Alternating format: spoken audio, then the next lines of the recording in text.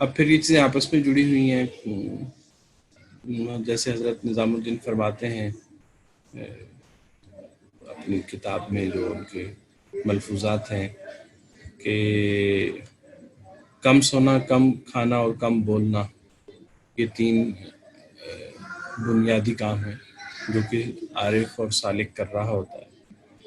تو یہ اسی وقت ممکن ہے کم سونا جب کم کھانے کی بھی عادت ہو، اور کم کھانا اور کم سونا آپس میں جڑا ہوا ہے، اسی طرح کم بولنا.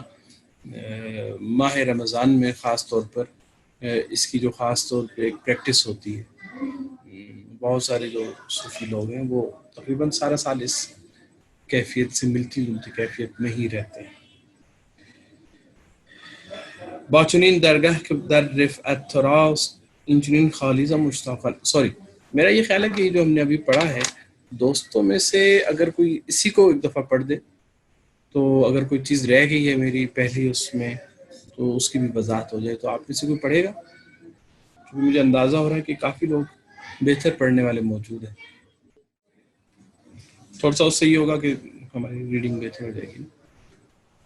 جی پلیز. جی بایزید آمد شبی برین از شهر، از خروش خالی دید شهر.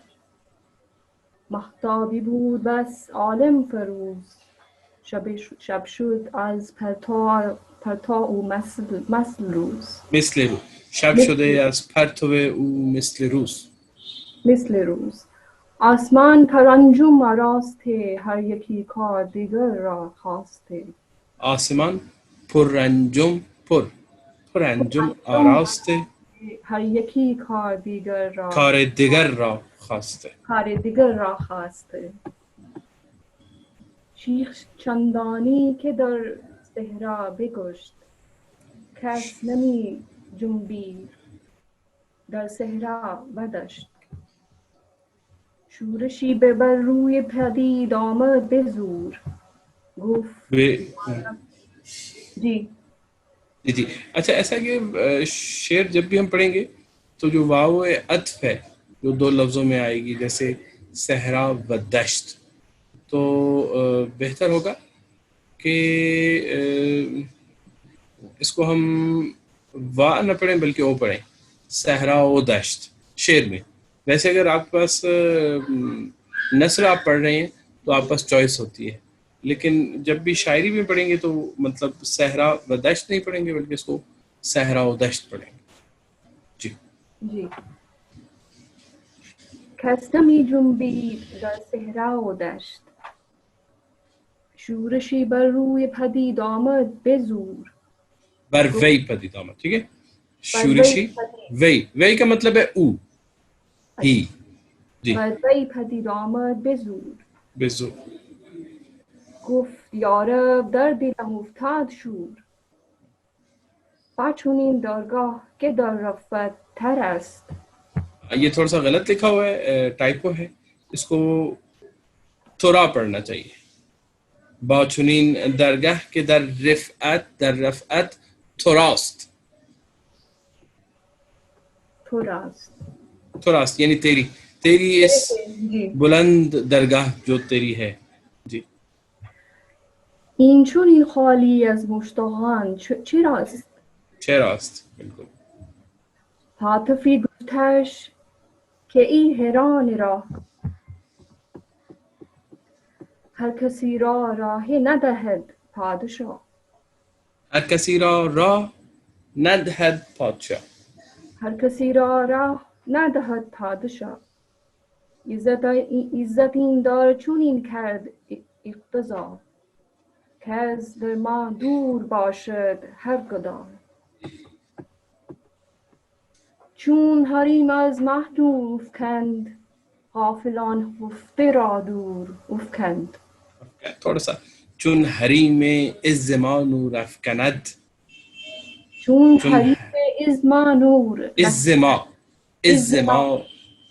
نور افکند، غافلان خفته را دور افکند. غافلان خفته را دور افکند. سالها بودن مردان انتظار تا یکی را بر بود از 100,000. بس یہ کافی میرا خیال اتنا ہی یہاں تک، ابھی ہم نے اتنا ہی پڑھا. غافلان خفته را دور رکھ کے آگے پھر کہتے ہیں کہ سالها بودن مردان انتظار. یہ نہیں کہا کہ سالوں وہ انتظار میں رہے، کہہ رہے کہ سالها سال وہ انتظار رہے، یعنی وہ خود ہی انتظار کی مجسم صورت ہو. اتنا انتظار کیا لوگوں نے اس درگاہ میں پہنچنے کے لیے کہ وہ خود انتظار بن گئے. سالها بودن مردان انتظار تا یکی را بار بود از 100,000. بار بودن یہ اجازت دینا، جب کسی کو دربار میں حاضری کی اجازت دے دی جائے تو کہا جاتا ہے کہ اس کو دربار ہے. دربار بھی یہی ہے. اور بار دادن یعنی ملاقات کی اجازت دینا. جب بادشاہ کی طرف سے کسی ملاقاتی کو ملنے کی اجازت مل جاتی ہے اور کہا جاتا ہے کہ ٹھیک ہے اسے بھیج دیں، ملاقات کروا دی جائے اس کی، اس کو کہتے ہیں بار دادن. کہ سالوں سال لوگ انتظار میں رہتے ہیں، تب جا کے کسی ایک کو لاکھوں لوگوں میں سے یہ شرف نصیب ہوتا ہے کہ اس کی درگاہ میں جائے. جملہ مرغان زہول بیم راو باول و پر پرخون برآوردن به ما. جب پرندوں نے یہ بات سنی کہ یہ سفر اتنا لمبا ہے اور اتنا مشکل ہے اور اتنی تکلیفوں کے بعد بھی کوئی گارنٹی نہیں ہے کہ وہاں پر پہنچ جاؤ گے، پھر بھی کسی ایک کو کوئی موقع ملے گا پہنچنے کا، اس ڈر اور ہول سے، وحشت سے پرندے گھبرا گئے. بالوں پر پرخون، ان کے بالوں پر کیا ہو گئے؟ خون آلود ہو گئے. برآوردن بے ماہ، بے چینی میں جیسے وہ یوں مطلب اٹھنے لگے، پھڑ پھڑا کے آسمان کو چھونے لگے اس بے چینی میں. اگر کسی کے پاس ایوری صاحب کا ترجمہ ہے تو مجھے یہاں بھی ضرور میری رہنمائی کیجیے گا اس لائن میں. ہے دوستوں میں سے کسی کے پاس؟ کاظمی صاحب کے پاس ہوا کرتا ہے. بال و پر پرخون برآوردن به ما، راه میدیدند پایان ناپدید، درد میدیدند درمان ناپدید. ایک ایسا راستہ ان کے سامنے تھا جس کی انتہا کوئی نہیں، جو کہیں ختم ہوتا دکھائی نہیں دے رہا تھا. درد میدیدند درمان ناپدید، تکلیف نظر آ رہی تھی، تکلیف سے گزر رہے تھے، لیکن اس تکلیف کا حل اور مداوع کوئی نظر نہیں آ رہا. بعد استغنا چنان جستی درو خاصمان را پوش پیش کرتی. ایک اور بڑا عجیب شعر. بعد استغنا چنان جستی، استغنا کی ہوا کچھ ایسے چل رہی تھی، آسمان را پشت پیش کرتی کہ اس سے آسمان کی پشت ٹوٹ رہی تھی. بے نیازی، استغنا کو اگر ہم اپنی زبان میں ترجمہ کریں، بے نیازی. جہاں خدا ایک طرف اتنا رحیم ہے، اتنا کریم ہے کہ وہ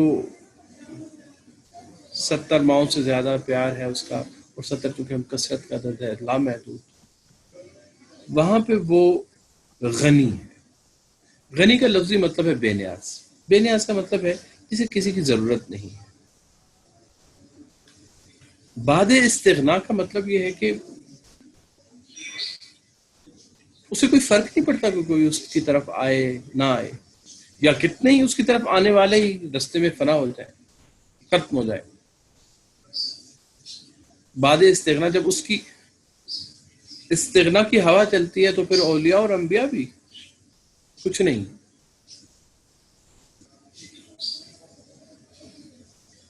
پھر حضرت ابراہیم کو آگ میں پھینک دیا جاتا ہے، کسی کے ساتھ کیا ہو جائے، دنیا اوپر سے نیچے ہو جائے، زلزلہ آ جائے، آفات آ جائیں، یہ سب یہ بعد استغنا ہے.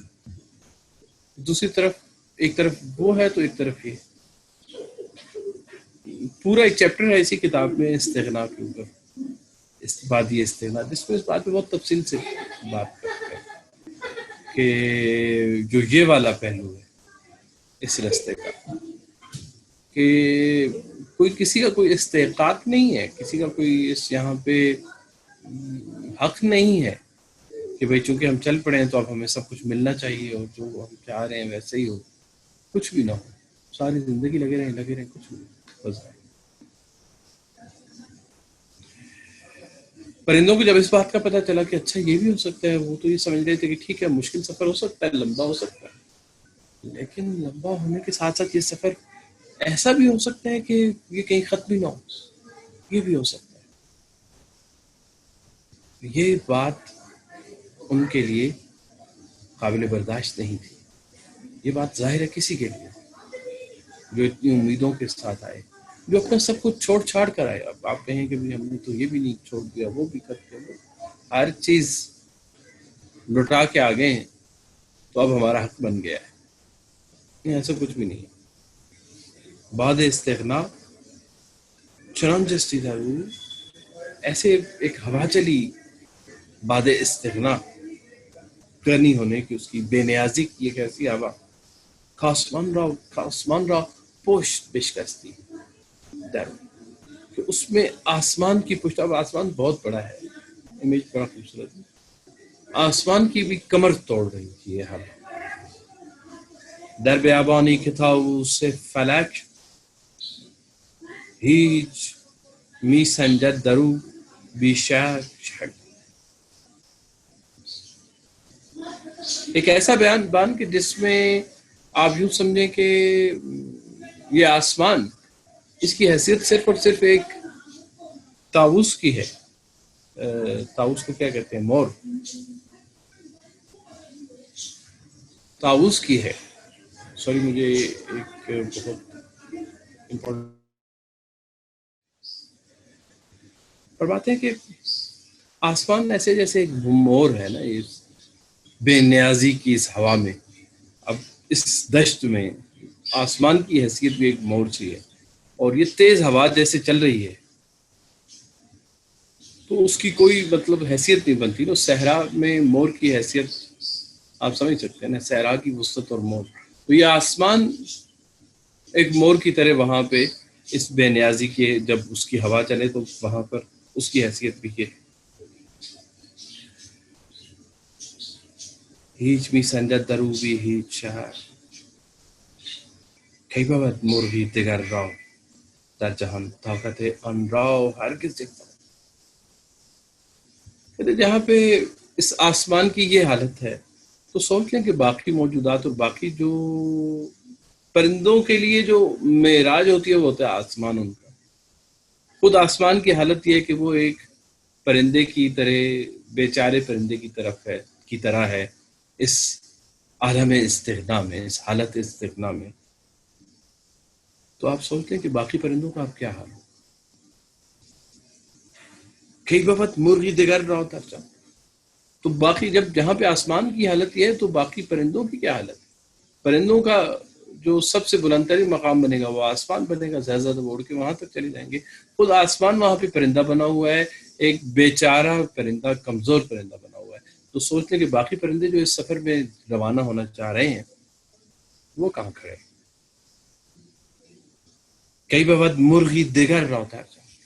کہاں کسی اور مرغ، کسی اور پرندے کی یہ حیثیت، طاقت ان راو ہرگز، کہ وہ اس رستے کا ایک لمحے کے لیے بھی اس رستے میں چلنے کی طاقت رکھتا. چون بتر سیدن ان مرغان زراو،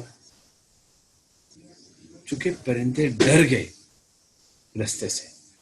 جب یہ والی بات ان کے سامنے آئی، یہ پردہ ہٹا کہ یہاں پہ کوئی استحقاق نہیں ہے، یہاں پہ تو بے نیازی ہے اور ایسی کوئی گارنٹی نہیں ہے کہ جو چل پڑا ہے وہ پہنچ جائے. کوئی بھی نہ پہنچے، اس بادشاہ کو کوئی فرق نہیں پڑتا، اسے کوئی فرق نہیں پڑتا. قرآن کی آیات اگر آپ پڑھیں بازو میں، کوئی فرق نہیں پڑتا تمہاری جگہ کوئی کسی کو مٹا دیا جائے، کوئی اور لے آئیں، کسی اور کو لے آئیں. کوئی فرق نہیں پڑتا کہ یہ زمین ایک زلزلے کے ساتھ ہی ختم کر دی جائے، کوئی مسئلہ ہی کوئی نہیں، بات ہی کوئی نہیں. کوئی فرق نہیں پڑتا کہ اس سب کو ختم ہی کر دیا جائے. تو عالم استغنا میں بے بسی ہی بے بسی. چون بتر سیدن آن مرغان زاد، جب ڈر گئے، خوف ان کے اوپر طاری ہو گیا پرندوں کے اوپر کہ اچھا ہم تو بڑے ہنستے کھیلتے چلے تھے اس راستے میں، اور پتہ نہیں کیا امیدیں لے کر آئے ہوئے تھے. جیم گشتن آن ہمیں یہ چار بار ایک دفعہ پھر سارے اکٹھے ہوئے آپس اس خوف میں. پیش ہدہد آمدند از خود شد، جمله طالب گشته و بخرد شد. سارے ہدہد کے پاس ایک دفعہ پھر آئے. اوہ یہ کیا ہو گیا؟ مسئلے کا حل ہدہد کے پاس. جب انہوں نے یہ کہانی سنی، یہ باتیں سنی، گھبراہٹ میں ان کا جو سہارا تھا وہ انہیں ہدہد ہی تھا. جملے طلب کی بات ہے، جملے طالب گشتے وہ بخرد شد. سارے اپنے قابو سے باہر ہو رہے تھے طلب کی کیفیت میں. ہدہد کے پاس آئے. بس بدو گفتند ای دانای رای، بی ادب نتوان شدن در پیش. ہدہد سے کہا کہ اے ہدہد، جو کہ راز اس رستے کے واقف ہو، جو کہ جانتے ہو کہ یہ معاملہ کیا ہے،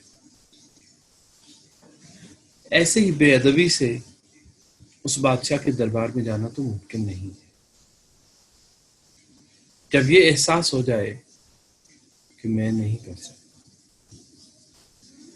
جب تک یہ گمان غالب ہے کہ میں نہیں کرنا ہے، جب تک یہ کیفیت ہے کہ میں نے کرنا ہے، تو پھر ہونے والا نہیں. جب یہ آ جائے کہ میں نے نہیں، اس نے کرنا، میں نے نہیں، اس نے کرنا. بی ادب نتوان شدن در پیش شاه، کہتے ہیں بے ادبی سے تو وہاں پہ نہیں جانا. اسے کیسے ممکن؟ یہ تو ممکن نہیں. تو بسی پیش سلیمان، ہدہد تم ہی بتاؤ. تم بہت حضرت سلیمان کے ساتھ رہے، بربساوت ملک سلطان. وہ ملک اور وہ حکومت جو کسی کو نصیب نہیں، تم اس حکومت کی بساط پہ رہے.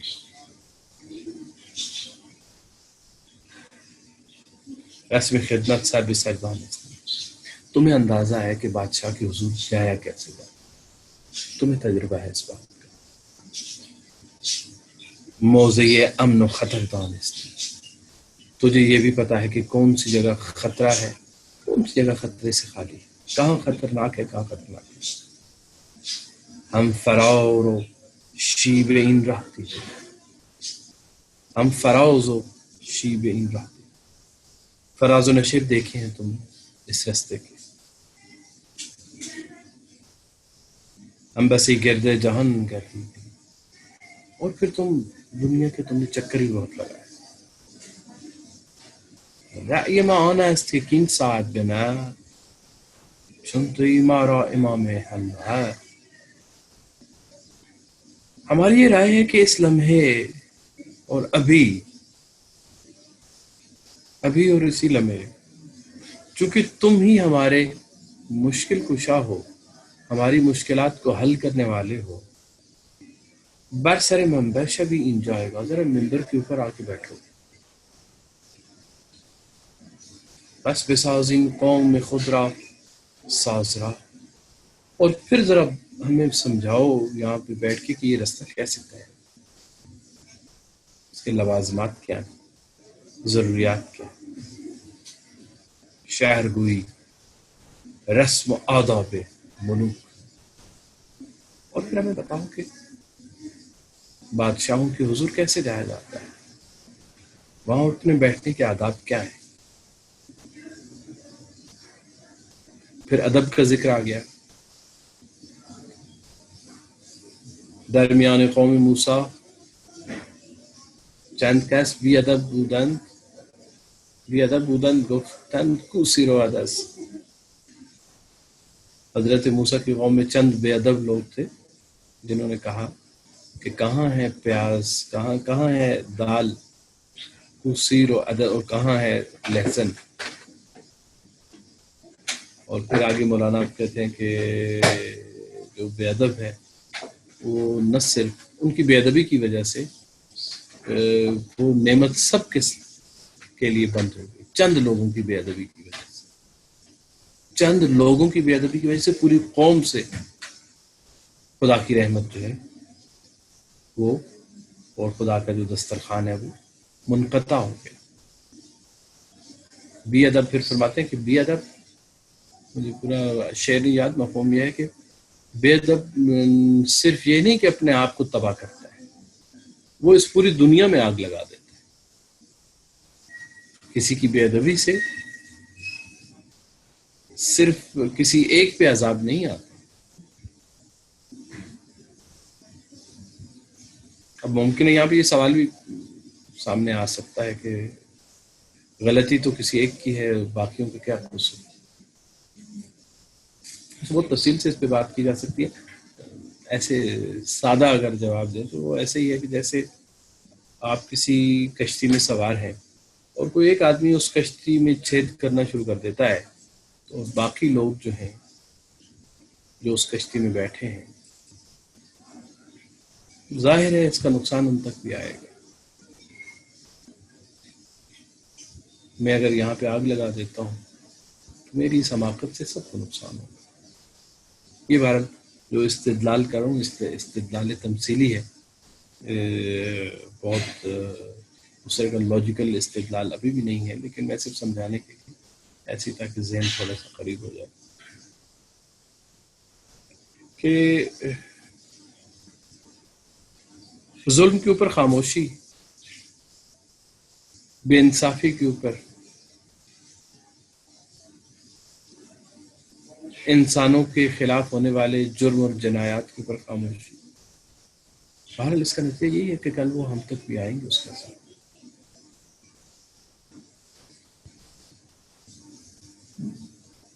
بات ادب سے چلی تھی. شہر گوئی رسم آداب تشریح کرو تم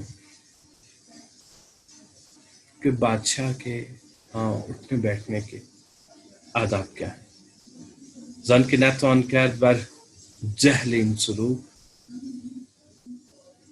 حاجی کی راہ ہست در میں. تم ہمیں بتاؤ کیونکہ جہالت سے تو یہ رستہ طے نہیں ہے. یہ تو بہت سمجھ بوجھ کے کرنا ہوگا, سمجھ بوجھ کے اس معنوں میں کہ اس رستے کے آداب کیا ہیں, اس بادشاہ کا مقام اور مرتبہ جیسے سمجھ آ رہا ہے اب تک, اس لحاظ سے تو یہ بہت ہی احتیاط والا رستہ ہے. ہر ایک کی راہ ہے در دل مشکل. ہم سب کے دلوں میں کچھ نہ کچھ ہے, کہیں نہ کہیں ہم پھنسے, کسی نہ کسی الجھن کا شکار ہے, کسی نہ کسی رکاوٹ کا شکار ہے, کسی نہ کسی مشکل کا شکار ہے. ہر یکی راہ است در دل مشکل, می بباید راہ را فارغ دلی. سفر طے کرنے کے لیے ضروری ہے کہ پیچھے سے تسلی ہو. اگر کسی اندیشے اور وسوسے کے ساتھ سفر ہو رہا ہے تو وہ سفر طے نہیں ہوگا, بہت مشکل ہے. بار بار دھیان کسی چیز کی طرف جائے. تو کہتے ہیں کہ یہ جو ہمارے دل کے اندر کچھ وسوسے ہیں, کھٹکے ہیں, ان کو دور کرو. ہم سب کے دلوں میں کوئی نہ کوئی مسئلہ ہے. پرندے کہہ رہے ہیں ہد ہد سے,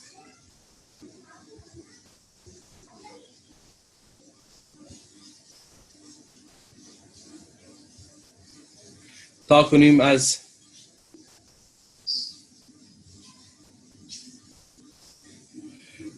از این به بعد آن عزمی درست، چون بپرسیم از تو مشکل های خویش. مشکل دلهای ما حل کن نکن. پہلے ہمارے دلوں کے مسئلے حل کرو، پہلے ہمارے قلوب کے مسئلے حل کرو. تم طبیب ہو ہمارے دلوں کے، تو پہلے آؤ ہمارے دلوں کا مسئلہ حل کرو. یہ جو ہمارے اندر مسائل چل رہے ہیں ان کے بارے میں ہمیں سمجھاؤ کچھ. تاکنیم از بعد ان عزمی دوست، پھر ہم صحیح کوئی ارادہ اور سفر کا کی جانب جانے کا سوچ سکتے ہیں. پہلے جو ہمارے اندر کھٹکے ہیں ان کو دور کرو. چون بپرسیم از تو مشکل های خویش، استریم این شفت از دل های خویش. جب ہم آپ سے پوچھ لیں گے، سوال کر لیں گے، اپنی مشکلات اور اپنے مسائل کا جواب پا لیں گے، پھر ہمارے لیے آسانی رہے گی کہ ہم ان شبہوں سے، شکوک سے باہر آئیں اور ہمارے دل صاف ہو جائیں. زن کی میدانیم کھن راہ، زن کی میدانیم کھن راہ دراز، درمیان شبہ ندہد نور باز. جو کہ ہمیں معلوم ہے کہ یہ لمبا سفر شک و شبہ کے درمیان اس کے ساتھ نہیں ہو سکتا. تو ضروری ہے کہ یہ شبہ پہلے دور ہوں، ضروری ہے کہ یہ کھٹکے پہلے دور ہوں، یہ الجھنیں پہلے صاف ہوں. دل چفار گشت تن در رہ نہیں. ایک دفعہ ہمارا دل صاف ہو جائے، مطمئن ہو جائے، اور پھر ہم اپنے جسم کو اس رستے پہ ڈالیں. دل چفار گشت، پہلے دل کا معاملہ ٹھیک کرنا ہے، پھر جسم سے کچھ ہونا ہے. عملی قدم اس وقت اٹھایا جائے گا جب اس سے پہلے جو ہے وہ دل کی صفائی. پہلے ہمارے دلوں کا مسئلہ حل کرو، ہماری الجھنوں کو دور کرو، پھر ہم کوئی عملی قدم اٹھائیں گے. دل چو فارغ گشت تن در رہ نہیں، بی دل و تن سر بدان درگہ نہیں. اور پھر جب اس پہ چلیں تو پھر ہم بالکل بے دل عاشق ہو کے اپنا سب کچھ لٹا کے اس کے لیے چل پڑے، اپنا جان، اپنا جسم، سر، بدن، سب کچھ اس کی درگاہ میں پیش کر.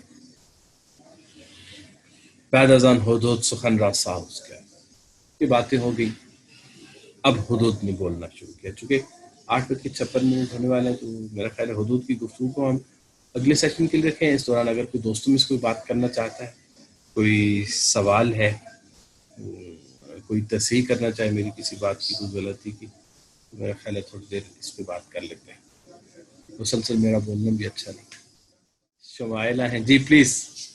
میں یہ عرض کر رہا تھا کہ آپ اتنا ماشاء اللہ خوبصورت بولتے ہیں کہ پھر اس کے بعد گنجائش نہیں رہتی، تو سننے میں زیادہ لطف آتا ہے، بولنے میں کیا.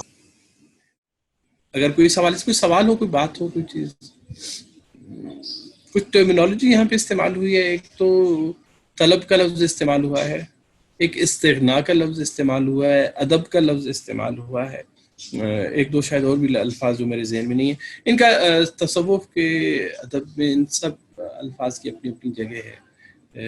وادی طلب ہے، وادی استغنا ہے، اور استغنا کے موضوع کے اوپر جو خدا کی طہاریت ہے، جب آپ دیکھتے ہیں کہ ایک دنیا میں پتہ نہیں کیا کچھ ہو جاتا ہے، کتنے لوگ، ہزاروں لاکھوں لوگ جو ہیں وہ کسی مصیبت سے گزرتے ہیں، چھوٹے بچے، بوڑھے، خواتین، پتہ نہیں کون. تو اس وقت ہمیں سمجھ نہیں آتی نا اس بات کی کہ یہ کیا ہو گیا ہے.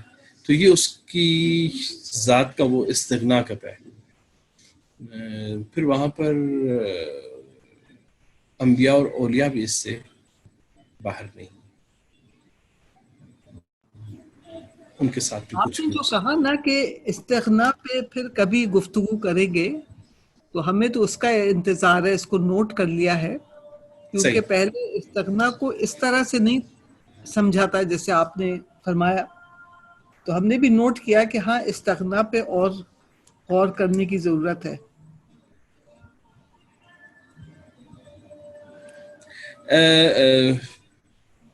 پنجابی میں ایک شاہ حسین کا ایک کلام ہے، نیو لا لیا بے پرواہ دے نال، نصرت صاحب نے گایا بھی ہے. واہ کوثر صاحب بیٹھے ہیں یہاں پہ، کوثر صاحب، کوثر علی صاحب پنجابی کے اساتذہ میں سے کوئی صحیح. نیو کا کیا مطلب ہے؟ اس دین دنی دے شاہ دے نال، نیو لا لیا میں، نیو لا لیا بے پرواہ دے نال، اس دین دنی دے شاہ دے نال. تو ان دنوں جب یہ پینڈیمک ویسے ہے تو اب بھی، لیکن اس کی جو ایک خوف تھا ابتدائی دنوں میں، ان دنوں میں مجھے یہ بہت ہی کوئی ریلیونٹ لگتی تھی شاہ حسین کا یہ والا کلام کہ یہ پھر اس کی اب بے پرواہی ہے کہ اس کی لپیٹ میں جب یہ ہوا چلتی ہے تو پھر کوئی اہمیت نہیں ہے کسی کی وہاں پہ، کون اس کی لپیٹ پہ کیسے آ جائے. محترم، پنجابی سے تو میں مطلب دعویٰ نہیں کر سکتا جی کہ جی مجھے واقفیت ہے، لیکن یہ بھی ہو سکتا ہے کہ ہندی میں نین کہتے ہیں آنکھ کو، آنکھ اور کو نین لڑا لینا اللہ سے لو لگا لیتے، perhaps it could who be. سکتا ہے. صحیح فرما رہے ہیں، چونکہ ان سب زبانوں کی ہندی ہو یا اردو ہو پنجابی ہو، ان کی جو مدر اینسیسٹر لینگویج ہے وہ تو ایک ہی ہے. سنسکرت کے سارے آپشنس ہیں. یہ بالکل آپ نے بجا فرمایا، یہ ہو سکتا ہے کہ نیو کا مطلب نین ہو، بالکل اس کا امکان ہے. بہت شکریہ. ویسے استغنا عربی کا لفظ ہے یا فارسی کا ہے؟ عربی کا لفظ ہے، غنا سے ہے. اللہ غنی وانتم الفقراء، قرآن کی آیت ہے کہ خدا غنی ہے، بے نیاز ہے، اسے کسی کی ضرورت نہیں ہے. انتم الفقراء، تمہیں ضرورت، تم فقیر ہو، تمہارے پاس کچھ نہیں ہے. اور اللہ غنی وانتم الفقراء. تو صوفیہ کے ہاں جو رابطہ ہے خالق اور مخلوق کا نہیں ہے، نہیں ہے مطلب ہے تو ہے ہی، وہ اس رابطے کو غنا اور فقر کے تعلق سے دیکھتے ہیں. خدا اور سالک کا، خدا اور اس کی مخلوق کا جو تعلق ہے وہ کیا ہے؟ غنا اور فقر کا تعلق ہے، کہ ایک بے نیاز ہے اور اس کی سب کو ضرورت ہے، سب باقی ضرورت مند ہیں. اور یہ رابطہ ایسا ہی ہے جیسے سورج اور سورج کی کرنوں کا تعلق ہے. ایک سورج ہے اور سورج کی کرنیں ہیں. جب سے سورج ہے سورج کی کرنیں بھی ہیں، سورج کے وجود کے ساتھ ہیں، لیکن یہ کرنیں اس سورج سے جیسے جیسے نیچے آتی جائیں گی اتنی کمزور ہوتی جائیں گی، اتنی دور ہوتی جائیں گی مقام میں، اور جیسے جیسے اس کے قریب ہوتی جائیں گی. لیکن یہ ایک لمحے کے لیے بھی کرن کا اپنا کوئی وجود نہیں ہے تو اس وقت سورج بھی ہے اور کرن بھی ہے، لیکن کسی کرن کا اپنا وجود کوئی نہیں، اس کا وجود سورج کے ساتھ ہی. تو غنی وہ ہے جس کو ضرورت نہیں ہے کسی کی، بالکل اس کی مثال سورج کی ہی دی جاتی ہے. اور فقیر وہ ہے، اور فقر بھی اسی سے ہے، اور فقراء جب ہم لفظ استعمال کرتے ہیں وہ بھی اسی سے، کہ جو اپنے آپ کو مستقل طور پر اس سے وابستہ، جڑا ہوا اور اس پہ ڈیپینڈنٹ دیکھتے ہیں. ان کا وجود اس کے بغیر نہیں ہے، کسی ویسے بھی نہیں ہے، لیکن عالم خیال میں اپنے آپ کو یا ایک ایسے تجربے میں اپنے آپ کو اس کے ساتھ وابستہ دیکھنا یہ تھوڑا سا مشکل ہے. جب تک یہ پریکٹس نہ کی جائے اور اس خیال میں نہ رہا جائے اس وقت تک یہ پیدا نہیں ہو سکتا، کیونکہ ہم بہت ساری چیزوں میں اپنے آپ کو بہت انڈیپینڈنٹ سمجھتے ہیں. بہت مطلب بعض جگہوں میں تو ہمیں بہت مطلب ایسا لگتا ہے کہ پتہ نہیں ہم کیا ہے. لیکن صوفی اپنے آپ کو ہمیشہ، اس لیے اس کے اپنا وجود اور اپنی اس کو وہ اہمیت نہیں دیتا یا اس کے اوپر وہ اتراتا نہیں ہے، کہ اسے معلوم ہے کہ وہ ہر لمحے اس کے ساتھ جڑا ہوا ہے، ہر لمحے اس کے فیضان کی وجہ سے ہے. اور اگر یہ فیضان ایک لمحے کے لیے بھی کٹ جائے تو اس کا وجود اپنا کوئی وجود نہیں ہے. تو اس کو وجود رابط بھی کہا جاتا ہے، بلکہ وجود ربط بھی کہا جاتا ہے. ملا صدر نے جو اس کے لیے اصطلاح استعمال کی ہے کہ ہمارا جو وجود ہے وجود ربط ہے.